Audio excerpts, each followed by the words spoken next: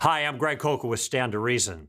And first of all, welcome to the class. I am thrilled that you're taking this class for a very important reason. I think you may very well look back on this particular time that you've spent with me and this tactics class as a turning point in your life. That is, as a time when everything changed for you in the way you engage other people about the gospel of Christ. This is what happened to me 10 or 15 years ago when I began to use these tactics more effectively. And I have taught this to thousands of people, literally. And everywhere I go, people come back to me and they tell me, this changed my life. This training, this teaching, this approach to engaging people with the claims of Christ has absolutely changed my life. So I have a great expectation that this is going to be the same for you. And so I encourage you, don't miss a single session if you're going to do this as a group. It's that important.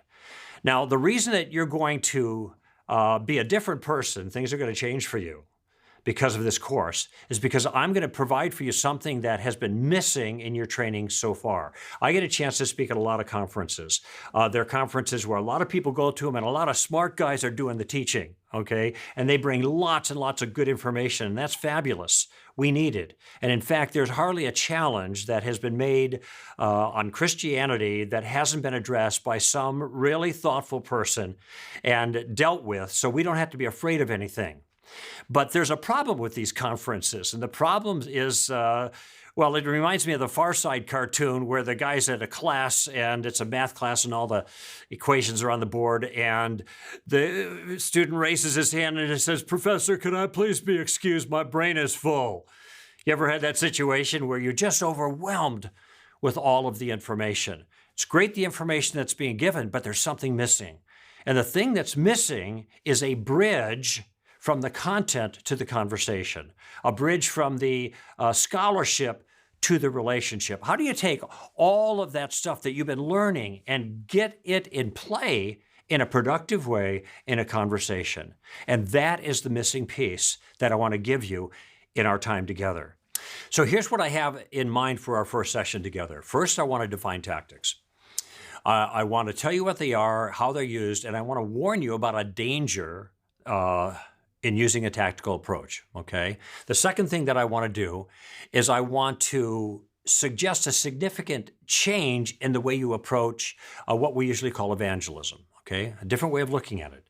The third thing I want to do is I want to introduce you to the first and the most powerful apologetics tactic, the one that really is the very core of our game plan. And what I'd like to accomplish in the process is not to just give you more information. I want to make a contribution in your life to help produce a certain type of person.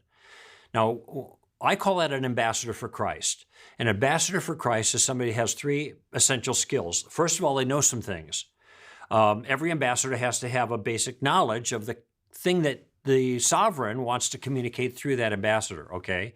So they need knowledge, an accurately informed mind, okay? But it's not just enough to have the knowledge.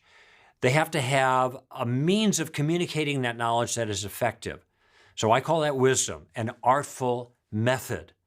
But if you have the knowledge and you have the method, but it turns out you're a drunk or a womanizer or just plain rude, you can see now how a person's character is going to undermine the message. So the third issue is character. You have to have an attractive manner. This course focuses in principally on the second element of being a good ambassador, the tactical skill of engaging people in conversation. So let me pause for a moment and talk about the difference between tactics and strategy. You hear these terms being used in military circumstances and conversations and the like. There is a difference between the two of them, and especially as we engage other people with the claims of Christ, we want to think of these two different things. A strategy kind of involves the big picture. And the way I look at that with regards to our circumstance as Christians is the big picture involves all of the information that we have to make our case. Whether we are defending against a challenge to Christianity, we call that sometimes defensive apologetics or negative apologetics, if you will, or whether we're making a positive case for Christianity, and some call that positive apologetics. In either case, we have the goods. We have the best content, the best information. We have the best worldview, the one that makes best sense of reality. And so we have the goods. That's the big picture. But how do we get the goods into play in a conversation with people? And this is what I was talking about a few moments ago when I talked about the bridge. This is where tactics come in, because tactics, simply put, are about how we take those resources that we have at our disposal and we put them into play to maneuver in conversations. Now, I got to offer a warning here because there is a downside here. These tactics are very, very powerful. That means that you can use these tactics if you have ill will to make people look foolish and stupid and that kind of thing. And this isn't the purpose. The tactics are not tricks. They are not slick ruses. They are not clever ploys to destroy non-Christians or force them to submit to your own point of view. They are not attempts to belittle or humiliate or to gain notches in our spiritual belts. This is not what we're about. This is not our spirit here. Okay? Instead, what I am teaching you are tactical maneuvers and conversations that will actually help you to manage the conversation, not to manipulate people. It'll help control the circumstances that you're in, not coerce people. We're not forcing our views. We're offering arguments. We're seeking to persuade people. Okay? We want to finesse them, not fight with them. All right? We want to use our tactics to maneuver and navigate through the minefields that we invariably are going to encounter when we're talking with other people about our convictions. Basically, the point of the tactical approach is to put you in the driver's seat. Okay, we'll revisit that notion a number of times, but I want to teach you a technique that will allow you to stay in the driver's seat yourself. So now we know what tactics are and what they're not. And I want to talk next about an insight that has completely changed my approach to conversation with other people. A number of years ago, after having, long seasons of frustrating engagements with others, it became clear to me that I was using the wrong approach. And the insight that helped me out here was simply this: before there can be any harvest, there's always got to be a season of, let's just call it gardening, okay? And this is so important, I want to repeat it. Before there can be any harvest, there always has to be a season of gardening. And you think about it, virtually no one anymore goes from 0 to 60 overnight. They don't get introduced to the gospel and then become a Christian right away. That almost never happens, especially in our communities right now. Those kinds of important decisions take lots of time. And I want you to think about what Jesus said in John chapter 4. This is the woman at the well, and it's a very popular passage, and it's a great conversation Jesus has. But sometimes we miss what he said afterwards. And in fact, it was about a year and a half I was reading this passage, and all of a sudden it jumped out to me. This other part and how well it fit into what I'm talking about here. Jesus had talked to the woman at the well. She went off to Sychar to tell everybody what this man had told her, bring them to see him. The disciples came. They were out getting food. Jesus says to them, you are about to reap where you did not sow. In other words, there are other people who did the heavy lifting. You're going to get the easy pickings. He said, and in fact, he said, you say there are 6 months or 4 months, and then comes the harvest. He said, look, the field is ripe for harvest. And he's probably indicating that particular field. I don't think he meant that every field is always ripe for harvest, but that field was. And he's probably referring to the white robes coming across the field right then, being led by the woman at the well. And then he says this, so that the one who reaps and the one who sows can rejoice together. Do you see that? There are two different kinds of workers. There are sowers and there are reapers. There are two different seasons. There are sowing, gardening, if you will, and reaping. But there's one team. And frankly, when I look back at my life, I realize that I've really been a gardener most of my life, whether it was with radio or TV interviews or lectures or what I do in my public presentations. I'm gardening. I'm not harvesting. That's not my skill. And some of you are frustrated because you realize boy, harvesting is what it's all about. That's what you think. That's the model of evangelism that we've received. But we're in a period of our time now where people need a lot more time during the gardening phase before they're ripe and ready to harvest. And when they're ready, of course, the harvest is easy because you bump up against the fruit and it drops into the basket. That's simple. The hard work is in the gardening. And since we probably need more gardeners than we need more harvesters, chances are pretty good that you are not a harvester, you're a gardener. And you've been frustrated because you're not a good harvester, you're not good at closing the deal. It makes you nervous, and I understand that. And so you sit on the bench and you're not involved. You didn't realize that maybe you're just a gardener, and that's the role that you play. Harvesting is easy when the fruit is ripe. It's part of our job, as is part of our team, to do the gardening.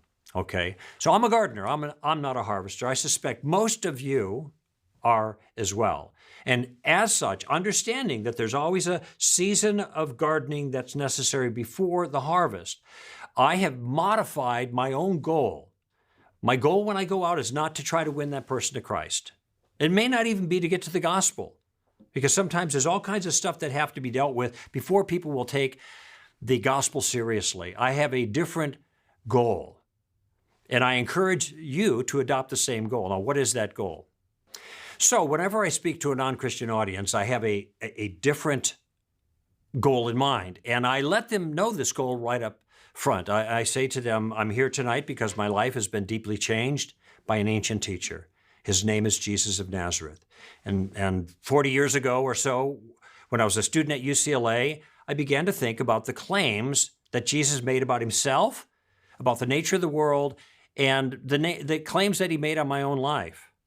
And I began to ask a lot of questions. I even pushed back quite a bit too. But finally, I came to the conclusion that Jesus got it right. This is what I tell him. And so I began to follow him. Now I say, I'm not here today to convert you. That's not my goal. I just want to put a stone in your shoe. I just want to annoy you in a good way. And they all start laughing when I say this because they expect the Christian to annoy them. So I say, okay, I'm your guy, but you're going to thank me for it. I just want you walking out of the auditorium tonight, kind of something I said bothering you, sticking at you. I want you to see that Christianity is worth thinking about. And if I can put that stone in their shoe in the lecture that follows, then I'm happy. I'm going to do a little gardening because I know that we got a whole team of people and a lot of them are gardeners. And I'm going to do a little, you do a little, others do a little, and then when the fruit is ready to be harvested, God's going to bring a harvester, somebody who's capable, into their life to accomplish that particular goal. So what I want you to do is I want you to think about changing your goal, not to get them to sign on the dotted line, but just to do a little gardening, just to put a stone in their shoe, okay? But I have something that you don't have that makes all the difference. I have a game plan. And that's the game plan that I would like to share with you during this course. And here's the promise that I'm going to give you. In this course, I am going to give you a game plan that will allow you to converse with confidence in any situation, no matter how little you know, or how knowledgeable or aggressive or even obnoxious the other person may be, okay? It's a game plan that I order in a very particular way to make it simple to follow, yet is tailor-made for each individual. It follows Paul's directions in Colossians chapter 4, verse 5 and 6. And here's what he says there. He says, conduct yourselves with wisdom towards outsiders, making the most of the opportunity. So first he says, be smart, all right? Second, he says, let your speech always be with grace, seasoned as it were with salt. Be nice. How about that? Be smart, be nice. What a concept. Third thing he says, so that you know how to respond to each person. In other words, be tactical. Be smart, be nice, be tactical. Now, let me give you an example of what I mean about employing this kind of tactical approach, trying to put a stone in someone's shoe, not going for the gold, but following Paul's advice there in Colossians chapter 4.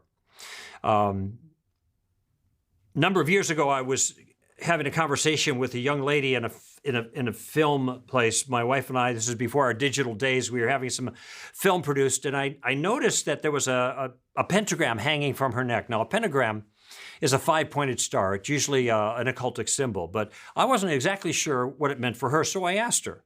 I said, does that jewelry have religious significance?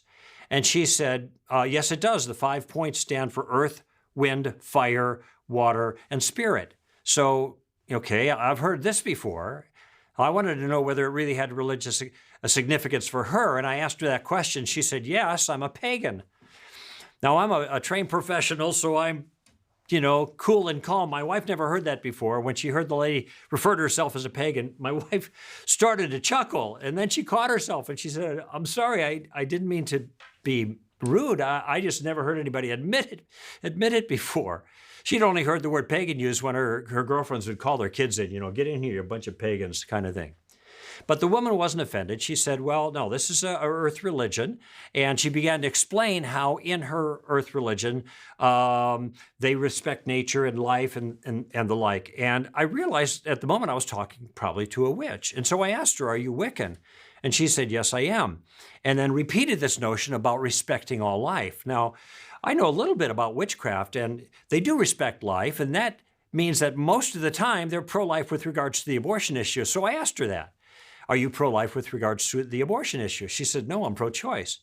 I said, isn't that a little bit unusual for a witch to be pro-choice? And she said, yeah, it is. And then she said this. She said, I know I could never do that, referring to abortion. I could never kill a baby. Now, those were her words.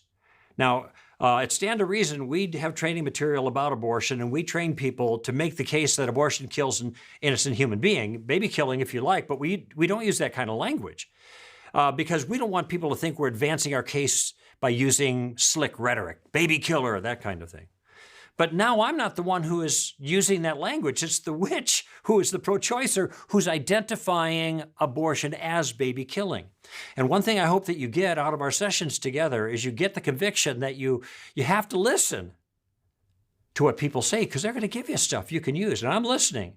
So am I going to use the word abortion anymore as we continue this conversation? No. I'm going to talk about baby killing because she's already legitimized the phrase. She said, I would never do that. I would never kill a baby. And then she said, why? She said, I wouldn't want anything bad to come back on me, kind of like a karma thing. What goes around comes around. Now, I don't know about you, but I think that's kind of an odd reason not to kill a baby. I'm not going to kill any. You never know what's going to happen to you when you kill babies. Maybe it's just a good idea not to kill babies. But I didn't take that tack. Instead, I said, well, maybe you won't kill babies, but maybe we should stop other people from killing babies. And she said, well, I think people should have a choice.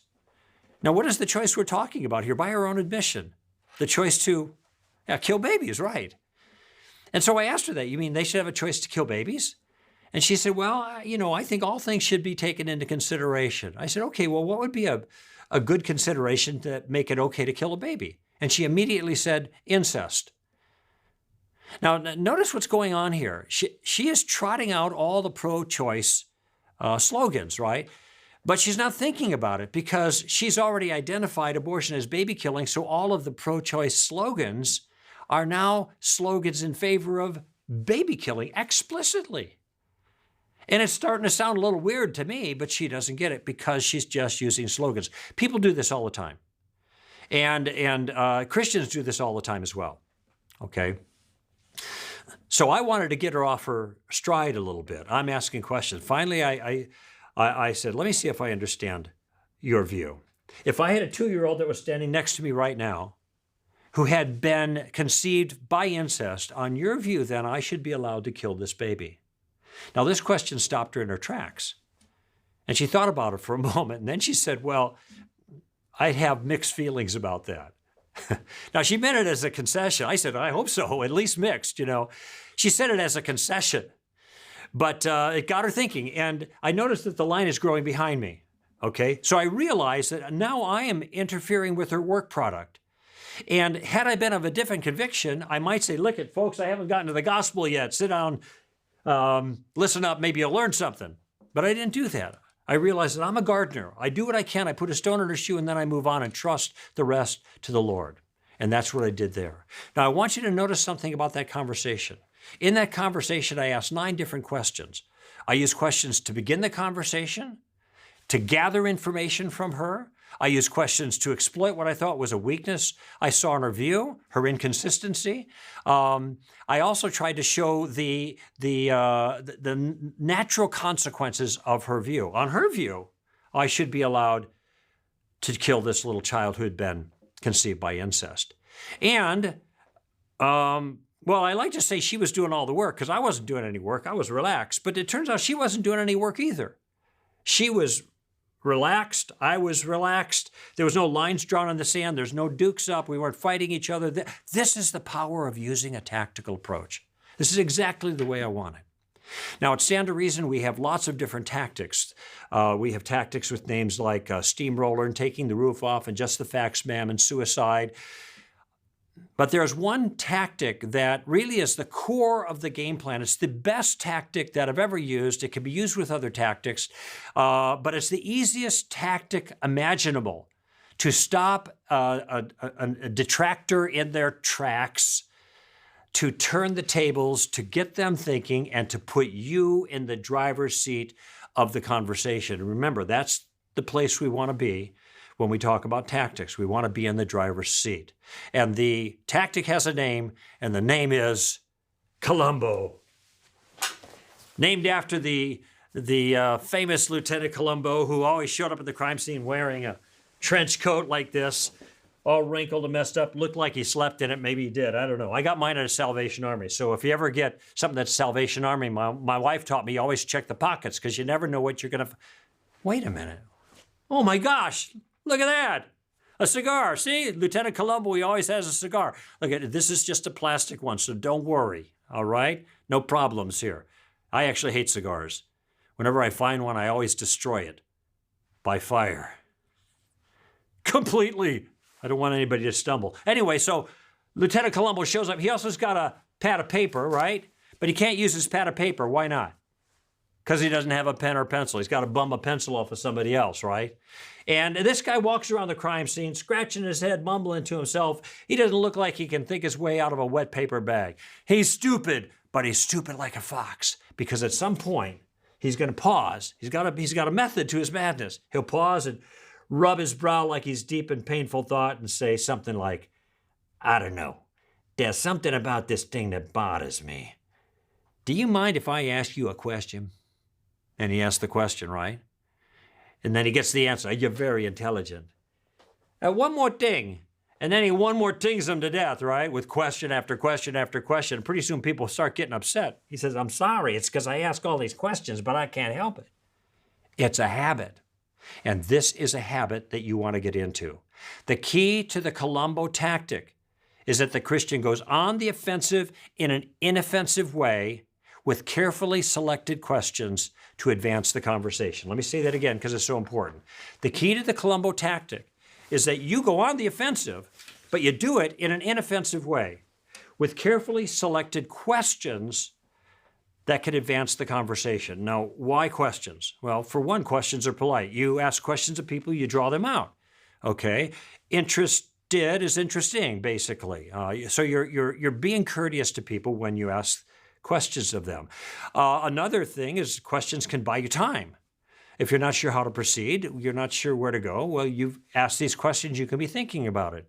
Another thing is questions get you valuable information so you know which direction to go. But the biggest value of using questions is it puts you in the driver's seat. You're in the driver's seat. The focus isn't on you, it's on the other person. You're the one who's in the driver's seat. You're managing the conversation, okay? So here's a simple guideline for you. If you hit a roadblock, ask a question. If you get into a difficult situation, ask a question. If you're not sure where to go next, ask a question. Now, Columbo is going to be your game plan. Remember, I promised you I was going to give you a game plan? That's Columbo, okay? It's going to give you the ability to maneuver in conversations. Now, there are 3 different uses of Columbo, and over our course, we're going to talk about each one of those things. There are 3 parts, in other words, of the game plan. Here's the first part of the game plan, the first application of Columbo. The first part of our game plan is to gather information. Remember, when Columbo comes on the crime scene, he's got to gather information to be able to solve the crime, right? And that's the same thing that you're going to do. I want to emphasize this because I don't want you to get ahead of yourself. This is easy to do. We have a game plan that we're going to talk about. This is the first step. And what I mean by that is when you get in a circumstance where you'd like to have an impact for Christ, the first thing you think about doing is not getting to the gospel, not answering questions, not dealing with challenges, just gathering information, okay? You want to know the lay of the land before you can go further. Now, a question can be a casual conversation starter. It can buy you some valuable time, but most of the time you just need more information to know how to proceed further. I had a fellow that was sitting next to me in an airplane, and we got in a conversation. I was using the game plan, and it became obvious through our conversation that I was a Christian. He said he wasn't. Well, that's good to know. He said he used to be a Christian, but he's not anymore. Do you think that's important to know? I'd say so. In fact, he used to be a preacher's kid. I said, John, how do you used to be a preacher's kid? Did your dad die or something? He said, no, my dad didn't die. He's just no longer a preacher. In fact, he's no longer a Christian. Do you think that's good information? You think there's any baggage sitting here next to me? Can you imagine if I had just started out with the simple gospel with this guy, how he would have responded? Been there, done that, and it hurt. Okay? But because I asked him these questions and drew him out, I'm gathering information so that a kind of I can see a topography, spiritually speaking, and where he's at. And I realize that there are minefields there. And now I know how to respond so I can avoid those minefields. So our first step in the game plan is to gather information. And here's the model question that I'm going to give you. That model question is, what do you mean by that? This question, what do you mean by that, can be used in lots of different ways. It's the question I asked the witch in Wisconsin. I looked at her jewelry. I said, does that jewelry have spiritual significance? What do you mean by that is basically the question. Somebody says to you, there is no God. Well, you could start giving all kinds of arguments for the existence of God, but maybe it'd be better to say, what do you mean by that? That is, what kind of God don't you believe in? Maybe you don't believe in a God that's up on a throne somewhere with a long beard in outer space. I mean, I don't believe in that kind of God either. Maybe they don't believe in a God of organized religion, but they believe in some kind of force. Maybe they believe in nothing but the natural realm. You can't go further effectively if you don't know what that is, okay? Once a student said, everything's relative. How do you respond to that? Well, I would never go after the issue itself without asking some questions first, like, what do you mean by relative? I know what it means, but I don't know that he knows what it means. And what do you mean by everything? I mean, if everything means everything, isn't the statement everything is relative part of everything? Which would make that statement what? Also relative. You see the problem there. Once I had a call on my radio show and somebody said, what's a good book on Buddhism? I said, why do you want a good book on Buddhism? See, that's what do you mean by that question? And he said, well, I have a friend that I work with who's a Buddhist, and I want to know how to share Christ with him. I said, well, don't get the book. That's going to cost you money. You got to read it, and it's probably not his Buddhism anyway. I suggest that you go and you grab your friend and you take him to the local watering hole and buy him a latte or something like that and ask him, I'm a Christian. I understand you're a Buddhist. I don't know anything about Buddhism. Can you tell me? And you're going to get an education on Buddhism from that individual. Notice that is also a, what do you mean by that? Tell me your Buddhism. So there are lots of ways to use this question. Just one thing to keep in mind, though. Sometimes when you ask, what do you mean by that? You're going to get what I call the sounds of silence response, which means they're not going to know what to say. Now, you think that they would know what they're thinking about and what their beliefs actually entail, but it's not always the case.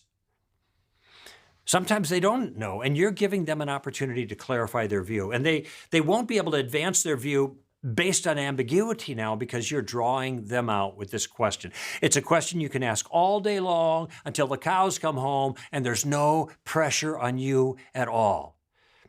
If there's any ambiguity in the response, go ahead and ask more questions. Have them spell the issue out for you, if they can. A great example of this is the problem of evil. It comes up all the time, okay? And it catches Christians flat-footed. It's a great spot for your first question. People say, what about all the evil in the world? I say, what about it? Well, doesn't that create a problem for you? Well, what exactly is the problem? You see how what I'm doing is I'm just parrying for a moment and forcing them to be more clear about their own objection. Now, you might be thinking, well, I can ask those two questions. I don't know where to go from there, and there is more detail there. But I'll tell you, when I get into it a little bit, there's a problem with the problem of evil as an objection against Christianity. Because at some point, I'm going to ask, what do you mean by evil? And I know what they're going to say. They're going to talk about murders and rapes and tortures and that kind of stuff. And then I say, wait a minute, you just gave me examples of evil. You didn't tell me what you meant by evil. Why would you give those things as examples of evil and not something like kindness or mercy as examples of evil? So what my questions are meant to do at this point, just the first question, is to get to the core of what they mean by evil. And somewhere down the line, they're going to say, well, it's because things aren't the way they're supposed to be. Now, it might be occurring to you that if there is a way that they are supposed to be, there's got to be a supposer for that, which is starting to lean towards the existence of God on this issue. I don't have time to develop this anymore, but what I want you to see is even on a tough issue like the problem of evil, you can start leading with those first information gathering questions. What do you mean by that, or some variation? And it can really give you an advantage. Gives you more information. It gives you time to think. It gives you an opportunity to reposition yourself in the argument in some way. Look at what you can accomplish with this first step of the Columbo tactic, which is the first step of our game plan. First, it immediately engages the non-believer in an interactive way. It's great. Okay. Second, it shows a genuine interest in the other person's view. That's polite. Third, it forces that person to think more carefully about exactly what he does believe. Fourth, it gets you a free education. And finally, think of it, there's no pressure on you. You're in the driver's seat, okay? This is something very simple to do. So here's what I want you to do. This next week, I want you to focus in your conversations with other people that you hope will have a spiritual impact. I want you to focus simply on Columbo question number 1. Be a student. Be a student of other people's point of view. Okay, so what did we cover in our first session together? We talked about restoring that missing piece, right? That piece that goes from the content to the conversation. And if without that piece, conversations are going to be difficult. How do you get started? We've talked about that particular issue. Next, we talked about the tactical approach in general, the skill of maneuvering in conversations, and how important that skill is for us to be good ambassadors for Christ with knowledge, wisdom, and character. The third thing we said is I suggested that you rethink your approach to this whole project, to think of yourself as a gardener, not a harvester, and to modify the goal, therefore, in your conversations. So you're not worried about trying to get to the end of the game, get people to sign on the dotted line. That might happen in some cases, but you'll see. Don't worry about that at first. Just simply try to what? Put a stone in their shoe. Try to get them thinking. Maybe move them forward just a little bit if you can. And finally, I introduced you to the game plan that will help you accomplish that goal. I call it the Columbo tactic. It is using questions to move gracefully in any conversation. Keeps you relaxed, keeps you protected. So the first step of the game plan, you gather information, use some form of the question, what do you mean by that? Simple. You can do this. Now, in our next session together, I'll introduce you to the second step of the game plan. See you then.